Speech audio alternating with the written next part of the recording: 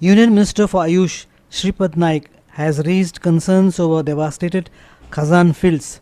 Naik said 50% of Khazan fields have been destroyed and the government should refurbish sluice gates and Khazans to preserve our agricultural heritage. He also asked the government to seek assistance from the centre on this. Here is more.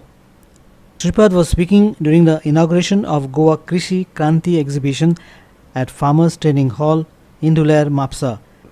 Agriculture Minister Vijay Sardesai, WRD Minister Vinod Palyekar, Deputy Speaker Michael Lobu, former Deputy Chief Minister Dayanand Narvekar and others were present.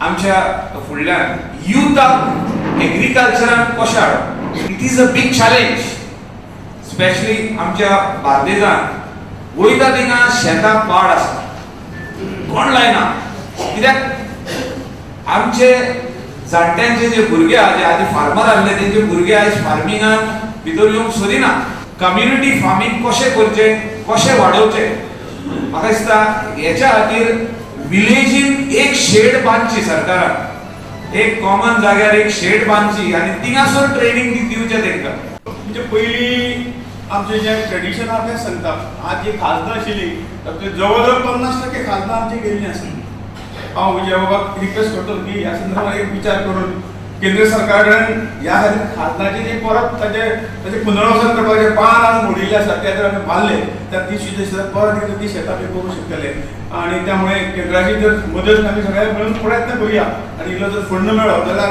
हांव एकदम सगळी म्हणना पूण थोडी जरी आमी वर्सातून एक 5 जर आमी व्हडले जर खाजन जर बांदून घेतली जाल्यार हे सगळे गोष्टी आमचे फुडें वचूंक शकतल्यो. मध्यम नोकरी जाल्या आणि कनिष्ठ शेती जाल्या त्यामुळे शेतकी क्षेत्राकडे वळणारा आजचो जो युवक आसा म्हणा किंवा इतर जे पुरुष आसात किंवा